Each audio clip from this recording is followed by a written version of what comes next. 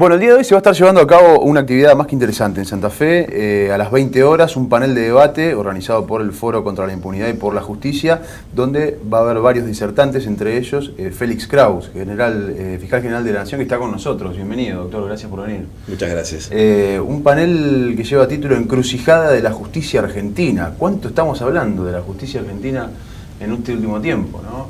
Que no es nuevo, pero digo, en el contexto que recién charlábamos, por ejemplo, con el senador Jatón, de inseguridad, del rol de la justicia, del papel de la justicia, digo, de la justicia y la política y los medios de comunicación. Un debate interesante el de esta noche. Esperemos, sí, han tenido la cortesía, la gentileza de invitarme a cambiar algunas ideas sobre estos temas. Efectivamente, los poderes judiciales están en el tapete en este tiempo. No parece ser por buenas razones, como cada vez que ha tenido cierto protagonismo en los últimos años. Digo, si uno tiene que pensar del retorno democrático, cuando el Poder Judicial apareció en la tapa de los diarios y no subsumido en la sección de policiales, tenemos que pensar en el juicio de las juntas. Digo, ahí hubo un emerger para el gran público, ¿no? del Poder Judicial del mejor modo, ¿no? Teniendo un protagonismo positivo y también con la reapertura de los juicios luego, pero entre tanto y ahora últimamente hay un protagonismo que, según mi evaluación, así dicho en un solo renglón, es desnaturalizado de su rol, ¿no? Hay una suerte de asunción de roles que le corresponden a otro poder del Estado, de una articulación, me parece, con el mundo mediático, con el mundo del espectáculo, en función de necesidades que no son propias del Poder Judicial, y me parece también un desquicio muy importante en algunas causas concretamente. Esto, dicho así muy someramente y muy rápidamente como un sumario, nos plantea seriamente qué modelo de Poder Judicial exige una democracia representativa moderna y cuáles son las autolimitaciones que debe mantener a la hora de realizar su tarea, porque la paradoja del Poder Judicial es que es el poder que no tiene ni la fuerza física, no tiene la espada, decían los teóricos, ni tiene la bolsa, no tiene su presupuesto, no lo determina, no recauda ni determina cuál es su presupuesto, pero sí tiene la capacidad de vetar o neutralizar las funciones del resto de los poderes del Estado, que es lo que estamos viendo o hemos visto en los últimos años. Digamos, el Poder Legislativo producía leyes y los tribunales cualquiera, difuminados por todo el país, declaraban con un uso bastante ligero de este recurso extremo la inconstitucionalidad de las normas, o el Poder Ejecutivo llevaba adelante políticas y los jueces opinaban sobre políticas públicas. Y me parece que se ha perdido mucho cuál es el rol del Poder Judicial, que no tiene nada que ver con eso. ¿Usted cree que hay intromisión del Poder Judicial en decisiones que corresponden a otros poderes? Sí, me parece que el estudio de la democracia, tal como la entendemos en el esquema de Montesquieu, digamos, los tradicionales tres poderes del Estado, básicamente se han estudiado los excesos de los poderes ejecutivos, ¿no? Y también a veces respecto de las disfuncionalidades del Poder Legislativo, la dificultad de construir mayoría, los consensos. Pero la tiranía de los jueces es la forma en la que se mencionan cuando los jueces hacen un ejercicio abusivo de su propio poder. A mí me parece que esta idea de que una docena de jueces que concentran muchísimo poder en la República Argentina puedan tener capacidad de veto sobre las políticas públicas no se compatibiliza con la democracia representativa, ¿no? Hoy escuchaba una entrevista radial que decía, algo parafraseando, algo como qué rico es comer una salchicha, salvo que uno sepa, salvo que uno la haga, ¿no? Que sea algo que fabrica. ¿Y qué pasa lo mismo la justicia, ¿no? Cómo se ve la justicia de afuera y cómo se ve para uno que está adentro. Esa es la famosa frase del canciller Bismarck que dice: mejor no saber cómo se hacen las leyes ni las salchichas. Ni las salchichas, claro. Sí, uno conoce las entrañas de la bestia, ¿no? Y efectivamente es la primer, como todos, en todas las profesiones, desde luego. Claro. Pasa a nosotros acá. En todas. Y agradecemos la credulidad de los que están del otro lado de nuestro micromundo, ¿verdad? En este sentido, yo creo que es muy impresionante cómo el Poder Judicial ha logrado instalar la idea de que es la justicia. Y si lo digo sin ironías, es un fenómeno digno de ser estudiado. Ahí hay una especie de talento de marketing intuitivo por parte de los operadores judiciales y de la necesidad de la gente de confiar que efectivamente hay algún dispositivo del Estado que encarna ese valor. Bueno, tengo malas noticias, eso no existe. Lo que existe es un dispositivo del Estado que cumple determinada tarea, bien, malo, más o menos, y hasta que no despejemos, no corramos este velo áureo que llena de valores positivos de un modo automático el Poder Judicial, y llamemos a esto, bueno, un estamento del Estado que requiere ser inspeccionado, ser interpelado y ser cuestionado como cualquier otro. Cuando alguien critica a los jueces, inmediatamente parece que tiene una hipersensibilidad cutánea total y su independencia, su capacidad de obrar está en tela de juicio. Ahora, si alguien critica a una ley, a un diputado, a un concejal, a un intendente o a un gobernador, al presidente de la nación, parece que eso es el ejercicio de la crítica republicana. Parece que el Poder Judicial tiene que ser puesto sobre la mesa y sobre él debe caer una mirada con una lupa muy grande para entender cuáles son las características, nuestras dificultades, los intereses a los que responden cada uno de los jueces, el peligroso proceso de autonomía del funcionamiento del Poder Judicial,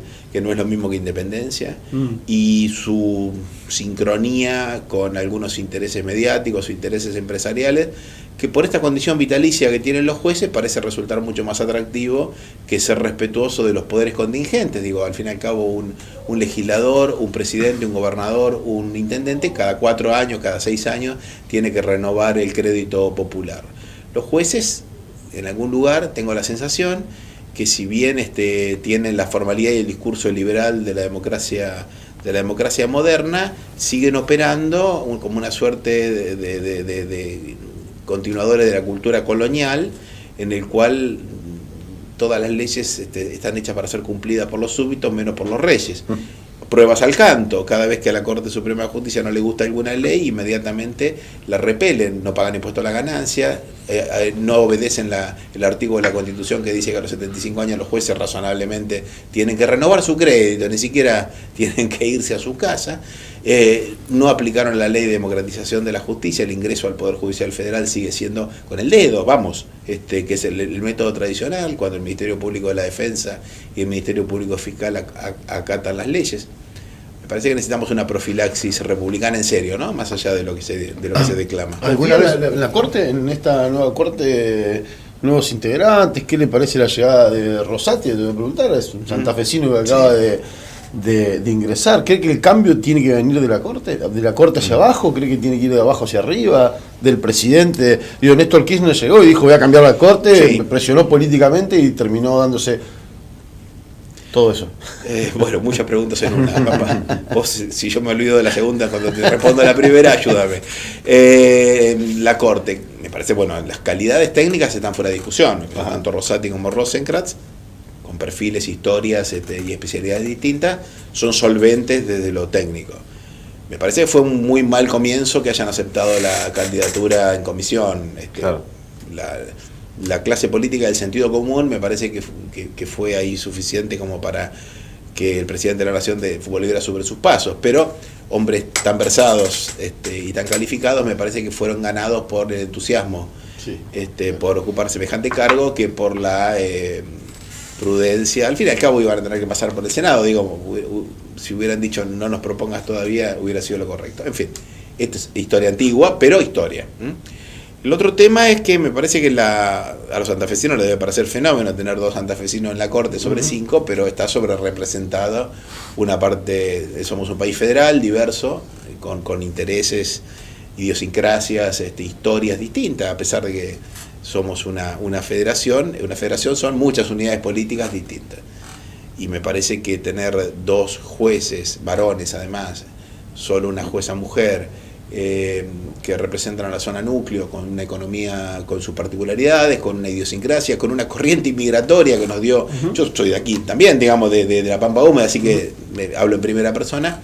Desbalancea la subjetividad que necesariamente todos tenemos, también en el ejercicio profesional, a la hora de tomar decisiones. Debería haber gente de Cuyo, debería haber alguien del noroeste, con la identidad tan fuerte que tiene, esa zona del país que era la civilización antes del virreinato del Río de la Plata. No hay nadie de la Mesopotamia, o del noreste. No hay mujeres, no hay penalistas en la Corte. Me parece que seguimos con una Corte de calidades técnicas probas y de, hasta donde sabemos, idoneidades morales que no tenía el otro tren fantasma que el presidente Kirchner renovó. Digo, a favor, yo no minimizo la tarea, era fácil mejorar aquella otra corte, era impresentable, pero aún así, digamos que esta corte debería ser ampliada, ¿no? Es el único país de América del Sur que tiene una corte con tan pocos integrantes y una sola corte, como no hay un tribunal constitucional. Claro. En la Argentina es demasiado poder, es demasiado importante lo que definen los cortesanos, lo que define una corte para que quede solo en poder de 5 voluntades. La segunda me lo olvidé, como te anuncié. No, pero está por ahí más o menos. Félix, yo te quería hacer dos preguntas más prácticas que cuestiones las que veníamos hablando de profundidad de la composición del Poder Judicial Federal en el país. Ayer estuvo Bullrich, la ministra de Seguridad, reunida con el gobernador de la provincia de Santa Fe, y lanzó una propuesta, un convenio que la verdad que me dejó callado porque le hablaba a un montón de gente presumiblemente sonsa. Se dijo, acordamos con todas las terminales portuarias, los empresarios, para controlar qué pasa dentro de las terminales portuarias. Entonces me puse a pensar, si el río jurisdicción del Estado Nacional puede poner ahí su prefectura para controlar qué se descarga y qué no, y puede hacerlo al revés, o puede poner en la tierra, digamos, Gendarmería, la Federal o lo que sea, para controlar lo que sale de las terminales portuarias, y también trabajar en materia de prevención, en materia judicial, etcétera. Me quedé pensando, ¿se supondrá entonces que todos los cocainómanos o los adictos van a consumir a la terminal portuaria porque ahí queda la droga y después salen ya con la cocaína adentro? La verdad que me pareció una explicación, una pavada, digamos, que en este problema tan grandote y tan complejo se diga que eso puede ser una solución al macrotráfico de drogas. Pero la pregunta concretamente es, vos que estuviste, digamos, gestionando la procuración de narcocriminalidad durante varios años o un tiempo largo, se está hablando en Santa Fe, por ahora de manera muy tibia, en la posibilidad de provincializar la persecución del microtráfico. Sí. Algunos te dicen que la experiencia de Buenos Aires fue una experiencia horrible, otros te dicen que la verdad que fue muy buena. Del propio partido, incluso hay gente que te dice ambas. ¿Cuál es tu idea? Y nosotros contribuimos bastante a este despelote, afortunadamente, porque cuando estuve a cargo de la Procuraduría de Narcocriminalidad, encaramos 3 líneas de trabajo que por suerte prosperaron. Una fue trabajar sobre el tema de precursores químicos. Está la ley de precursores químicos con la reforma al sistema de penalización de precursores químicos, ahora que ya tiene media sanción del Senado y seguramente recibirá, no sabemos si en revisión en diputados tendrá alguna reforma o no, pero está ahí a ser tratada. Se sacó del orden del día de la última sesión por un tema de agenda, creo. Trabajamos el tema de decomiso de bienes, un tema vinculado con el financiamiento y el provecho del narcotráfico, y queríamos saber, de verdad que nos hicimos una pregunta no retórica, ¿qué había sucedido con la ley de federalización en la provincia de Buenos Aires? Era un fenómeno que conocíamos pero no teníamos datos, y encaramos con un pequeño equipo de investigación de la Procunar, con un antropólogo social y sociólogo, y con una socióloga experta en estadísticas, un trabajo sencillo que fue conseguir toda la información que la Corte Suprema de la Provincia de Buenos Aires nos dio, la verdad muy colaborativamente, la información nuestra que contábamos en el Ministerio Público, toda la información que produjo el gobernador Solá y el ministro Orlanian en su momento para producir la ley, y las encuestas de disponibilidad de drogas que tenía la Cedronar, digamos, los departamentos de seguimientos y el Observatorio Latinoamericano que reporta a la OEA de la Cedronar. Hicimos un informe, está disponible en la página web del Ministerio Público y es el insumo, digamos, con el que todos los que trabajan, porque es lo único que ha medido números. Nuestra conclusión es que los resultados fueron muy malos, no neutrales, fueron muy malos, y te lo explico en dos palabras, hay mucha más tela para cortar, pero te lo explico en 2 palabras.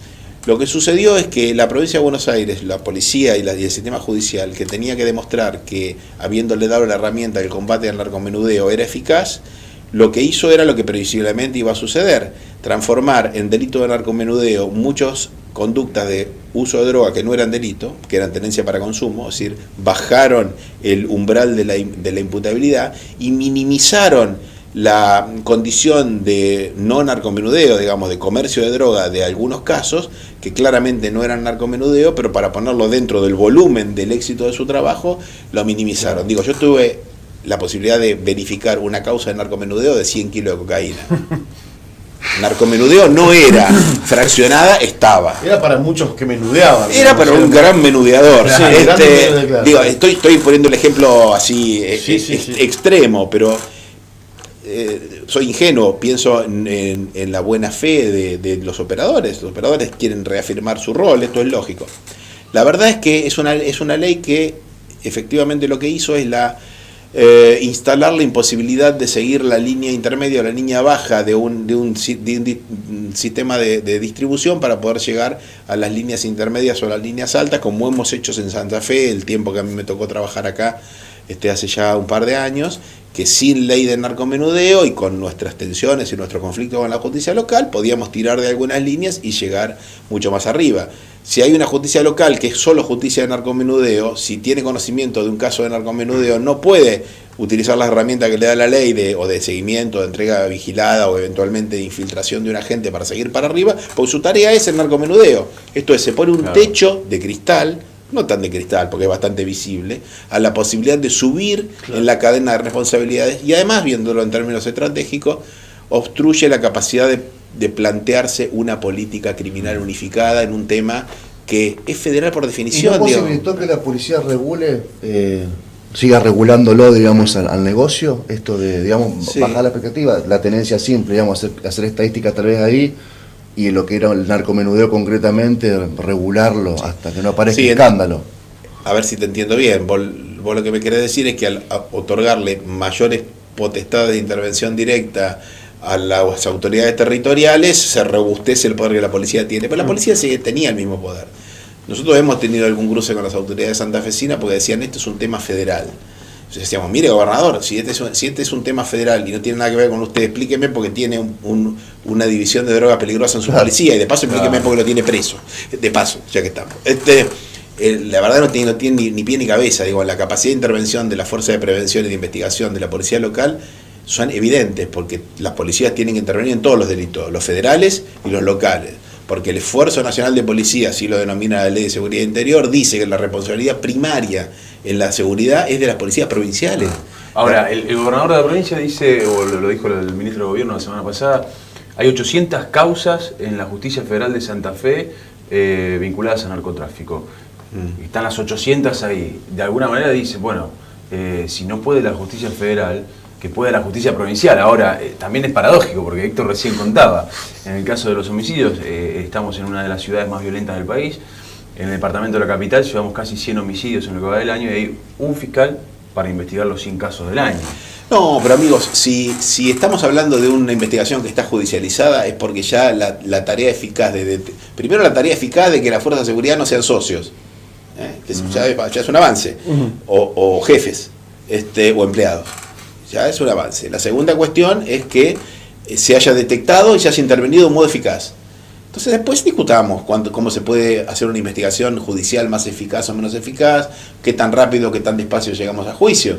Pero si estamos hablando de que hay 800 causas en la justicia federal, importante, digo, si hay 800 causas importantes, estamos hablando de que hay una performance razonable.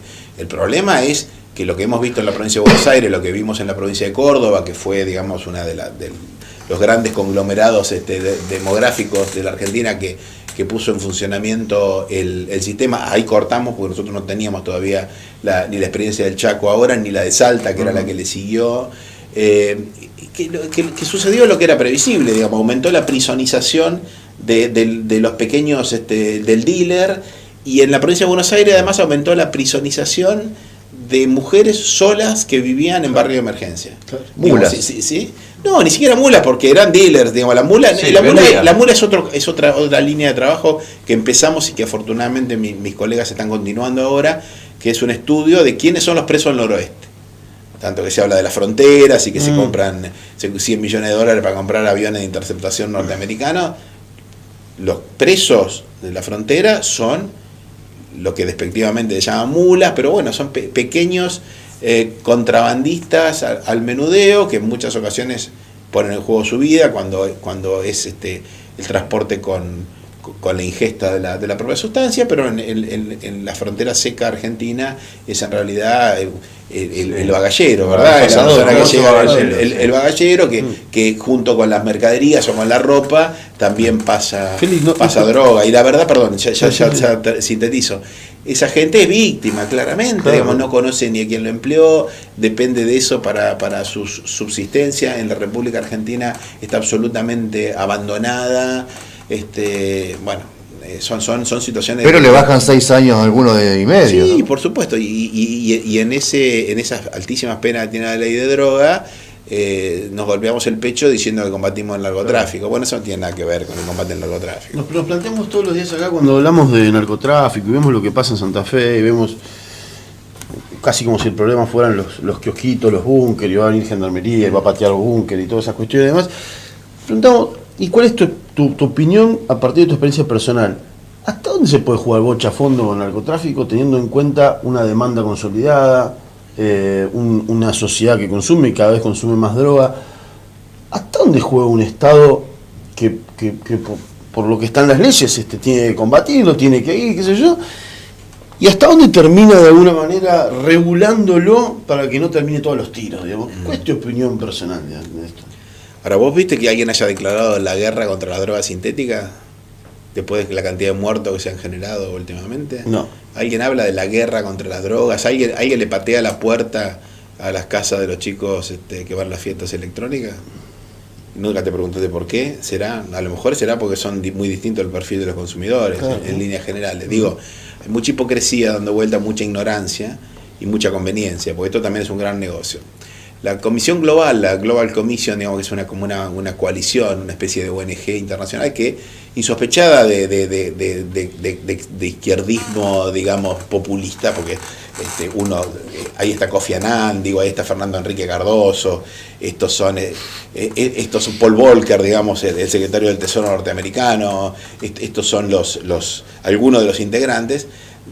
Presenta documentos periódicamente, el último se llama Retomando el Control, que sostiene que la única forma de tener alguna intervención que se pretenda eficaz para el problema de las drogas, que ha producido efectos que acá nosotros no tenemos en nuestra agenda de debate, pero por ejemplo, porque en el mundo es muy marginal lo que discutimos en la Argentina. Yo he estado en Viena, digamos, en la oficina de la droga para la droga y el delito de Naciones Unidas, y nuestras discusiones acerca de la cocaína y el Paco, bueno, no están en la agenda mundial. En la agenda mundial están los problemas serios de los precursores químicos, los problemas serios de los opiáceos, la indisponibilidad de la droga para mitigar el dolor en función de la persecución. El mundo va en otra dirección, no tiene nada que ver con lo que nosotros estamos planteando ahora como política de Estado. Hay un problema serio de disponibilidad de medicamentos baratos para personas que necesitan para paliativo del dolor en función de la hiperregulación de este tipo de droga por la política de persecución. Y lo que nos encontramos entonces es que no hay políticas lo suficientemente activas, primero, para reducir la demanda, no para perseguir la oferta. Se habla de drogas como si estuviéramos hablando de una misma cosa. El par antitético es adicto o abstinencia, que no tiene absolutamente nada que ver con la realidad. Nadie habla de uso, abuso, consumo. El usuario de drogas, que es la enorme mayoría de las personas que tienen una relación con una sustancia, que no es ni un adicto ni un abstemio, no está en el horizonte, o sea, no hay una perspectiva de derechos. Pero después la Corte de vez en cuando sacó un fallo que dice, el artículo 19 de la Constitución Nacional dice yo tomo lo que quiero. Ahora, cuando el discurso de la política pública es toda persona que fuma un cigarrillo de marihuana, que consume una droga sintética o que, consume cocaína o alguna de las drogas legales, que somos el principal país de consumidor de clonazepam del mundo, o el consumo de alcohol, que no parece estar en el radar de los problemas de las adicciones en el discurso público. Bueno, ahí cuando hablamos de la libertad aparece en algún fallo judicial nada más, pero nunca aparece a la hora de ver cómo es la realidad. Me parece que carecemos de una mirada realista, valga la redundancia, sobre la realidad de las cosas. Y entonces no hay información. Los chicos, hay muertes de chicos que son usuarios primarios de droga, es decir, que consumen drogas por primera vez, especialmente las drogas de diseño, que no consumen siquiera sustancias que estén prohibidas por la ley.